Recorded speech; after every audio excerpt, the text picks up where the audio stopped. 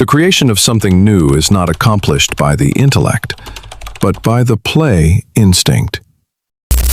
These words by Carl Jung may sound simple, but within them lies a truth that unsettles the very foundations of how we think about work, ambition, and success.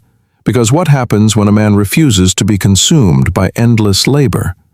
What happens when he chooses not to sacrifice his life to the grind, yet still rises above others through vision, creativity, and a clarity of purpose? To the outside world, he looks lazy.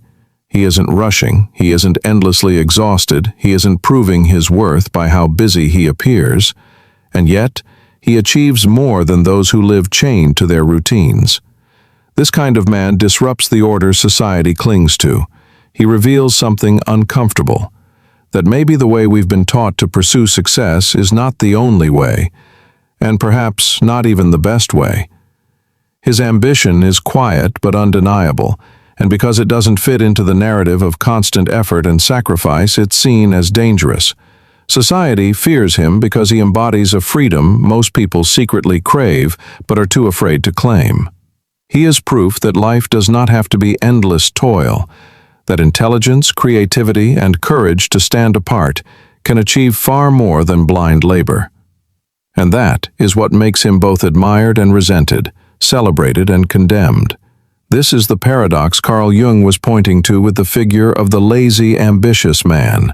In this video, we're going to dive into who this man really is, why society reacts so strongly against him, and how understanding his way of being can change not only how we see ambition, but how we choose to live our own lives.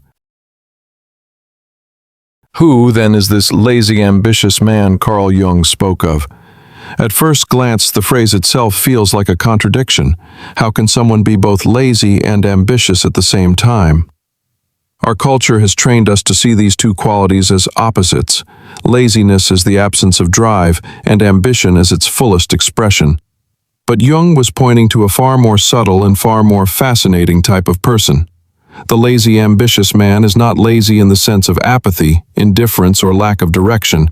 Rather, he is lazy toward the empty rituals and exhausting routines that society glorifies but which lead nowhere. He refuses to spend his life trapped in what many call hard work for the sake of hard work. To him, long hours of endless repetition are not a badge of honor, but a sign of wasted potential. And yet, within that refusal there burns an undeniable fire, ambition, not the shallow ambition of chasing status or applause, but the deeper hunger to move forward, to create, to achieve, and to reshape life in ways that feel authentic. He is a man who chooses smart work over hard work, clarity over chaos, quality over quantity. He values strategy, imagination, and insight above sheer force. And because of that, he often achieves results that appear effortless compared to the sweat-drenched struggle of others. Jung recognized that this was not laziness in its destructive form, the kind that rots a person from within, but a different phenomenon altogether. A productive kind of resistance, one rooted in creativity and rethinking the rules themselves. Where most people see only one path, push harder, suffer more, endure without question, the lazy, ambitious man pauses, observes, and asks, is there a better way? And history is filled with examples of this archetype. Think of Thomas Edison, who, despite being dismissed as unfocused in school, went on to revolutionize the world by experimenting, tinkering, and following the sparks of curiosity rather than slogging through established routines. Or consider Leonardo da Vinci, often accused of procrastination because he left many projects unfinished. Yet his refusal to confine himself to one rigid discipline allowed him to cross-pollinate art, science, and invention in ways that changed human history. Even in more modern times, we see this pattern in innovators like Steve Jobs, who was not the most technical engineer in the room, nor the hardest laborer, but who saw connections others missed and pursued them with relentless focus. These men were not celebrated for endless grind, but for daring to imagine shortcuts, alternatives, and entirely new approaches. They embody the paradox of doing less, in one sense, but achieving more in another. And this is the essence of the lazy, ambitious man, someone who appears to resist work but in truth is resisting only meaningless work, someone who may avoid routine effort but only so that he can channel his energy toward breakthroughs, someone who rejects the glorification of sweat, yet still leaves behind results that inspire awe. Jung understood that such individuals live on the edge of society's approval. They are admired for their genius but resented for their defiance, praised for their vision but criticized for not following the same grind as everyone else. But perhaps this is precisely what makes them so powerful. They remind us that success is not merely about how much we endure, but about how deeply we dare to think, how courageously we step outside the mold, and how wisely we choose where to invest our limited energy. The lazy, ambitious man is not a contradiction after all. He is a mirror held up to the world, reflecting back a question many would rather avoid.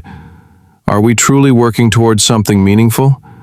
Or are we simply exhausting ourselves because we've been told that's the only way to matter? Why then does society fear the lazy, ambitious man? The answer lies in the very way our culture has been built. For centuries, human worth has been tied to visible effort. How many hours you worked, how disciplined you appeared, how much you could endure. We glorify the grind as though suffering were proof of virtue, and we shame idleness as though stillness were a moral failing. Within this worldview, the lazy, ambitious man becomes a kind of heretic, because he refuses to play by the rules. He does not collapse at the altar of busyness. He does not measure himself by exhaustion. He looks at the treadmill that others are running on and chooses to step off, not out of weakness, but out of clarity. And this act alone, this quiet defiance, shatters the unspoken contract on which society rests. His very existence undermines the myth that hard work always pays off. He proves that there are other paths to achievement, paths built not on relentless motion, but on intelligence, creativity, and timing. And when people see that, they feel threatened, because it reveals something uncomfortable. Maybe their suffering is not noble, maybe it is simply unnecessary. Jung once wrote that what society rejects often mirrors what it fears within itself, and here we see that principle alive. The fear of the lazy, ambitious man is, at its core, the fear of wasted life, the fear that perhaps we have been deceived into believing that only by grinding endlessly do we earn the right to succeed. To witness someone break that illusion is destabilizing. It shakes the very foundation of how people justify their sacrifices. And so, rather than admit this painful truth, society projects its anxiety outward, branding him arrogant, selfish, or undeserving. Beyond this cultural resentment, there is also the sting of envy. The lazy, ambitious man seems to glide through obstacles that drain others. He preserves his energy while others burn out.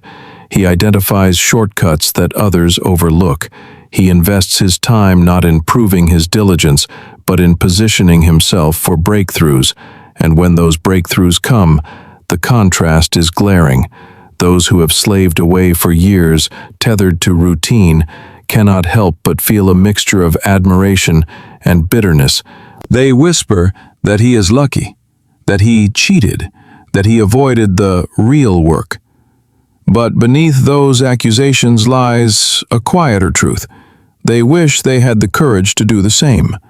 They wish they, too, had resisted conformity and dared to trust in their own intelligence rather than in the safety of the herd. And this resentment can manifest in subtle ways: dismissive comments, quiet exclusions, or the unspoken hostility of those who feel exposed by his success. Because, ultimately, his way of being acts as a mirror. He reflects back to society its own hidden doubts, its own fear that the endless grind may not be the noble path it pretends to be. He exposes the shadow behind the light, just as Jung described. The shadow of insecurity, jealousy, and denial. The lazy, ambitious man threatens not because he harms others, but because he reminds them of truths they would rather keep buried. that freedom is possible, that the rules can be broken, and that ambition without suffering may be more powerful than ambition shackled to routine. And so, society fears him, not for what he is, but for what he reveals about everyone else. So, what can we truly learn from the figure of the lazy, ambitious man? At its heart, his way of being challenges us to rethink not only how we work, but why we work in the first place. The first lesson is the art of working smart instead of working endlessly. Too often we confuse movement with progress, effort with impact. We spend hours filling our days with tasks that look busy but change nothing essential. The lazy, ambitious man shows us that wisdom lies not in doing more, but in doing what matters most. It means asking the difficult questions. Is this task actually moving me toward my goal? Is there a simpler, more direct path? Could 1 hour of focused, strategic thinking save me 10 hours of repetitive effort? This shift from blind effort to deliberate action is not laziness. It is discipline of a higher kind. The second lesson is the cultivation of imagination and creativity as core tools of achievement. Routine and repetition may create stability, but they rarely create breakthroughs. The man who dares to step back, to wander in thought, to allow curiosity to guide him, often finds insights that those locked into the grind will never see. Jung understood that much of creation arises not from constant strain, but from the willingness to let the unconscious mind play, explore, and connect ideas in ways logic alone cannot. By nurturing creativity through reading, observation, experimentation, or even daydreaming, we honor the part of ourselves that can leap where effort only crawls. The third lesson, one our modern culture resists the most, is the value of rest as an essential part of productivity. We've been trained to see rest as weakness, as wasted time, yet history is filled with examples of great discoveries born in moments of pause. Archimedes stepping into his bath, Newton sitting beneath a tree, Einstein walking quietly through the woods. All of them remind us that the mind often works best when the body is still. Rest is not an interruption of productivity. It is its hidden engine. To embrace rest is to recognize that creativity requires space, that ideas need silence in which to grow, and that our worth is not defined by constant exhaustion. And finally, perhaps the most important lesson, is the redefinition of ambition itself. Society tells us ambition is measured in hours worked, in sacrifices made, in the scars of relentless effort. But the lazy, ambitious man reveals another truth. Ambition is not about how much we burn, but about how much we illuminate. It is not the number of tasks we complete, but the depth of the impact we leave. One idea, well executed, can change a life or even a world more than years of unreflective labor. To live this way requires courage, the courage to let go of appearances, to resist the applause that comes from being visibly busy, and instead to pursue a path of quiet, focused excellence. It asks us to step outside of the noise, to trust in the power of insight, and to value our energy as the precious and finite resource it truly is. In this sense, the lazy, ambitious man is not a figure of contradiction, but of wisdom. He is the reminder that life is too short to waste on the illusion of productivity, and that true success belongs not to those who work the hardest, but to those who dare to work the wisest. In the end, we return to the heart of the paradox. The lazy, ambitious man is not society's enemy. He is often its hidden innovator, the one who dares to resist meaningless toil and instead seeks the path that leads to genuine creation. He unsettles people not because he does harm, but because he reveals truths they would rather not see. That endless busyness is not the same as real progress, and that exhaustion is not a virtue. His way of being invites us to pause and ask ourselves an uncomfortable but necessary question. Are we working to prove something, or are we working to achieve something? Maybe it's time we stop glorifying busyness and start asking instead, what's the smartest way to move forward?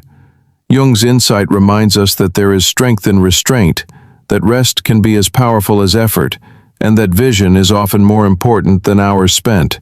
The lesson is not to abandon ambition, but to redefine it, not as a relentless chase for recognition, but as the wise use of our energy toward what truly matters. So as you step back into your own life, remember this. Carl Jung reminds us that true ambition is not about working harder, but about working wiser.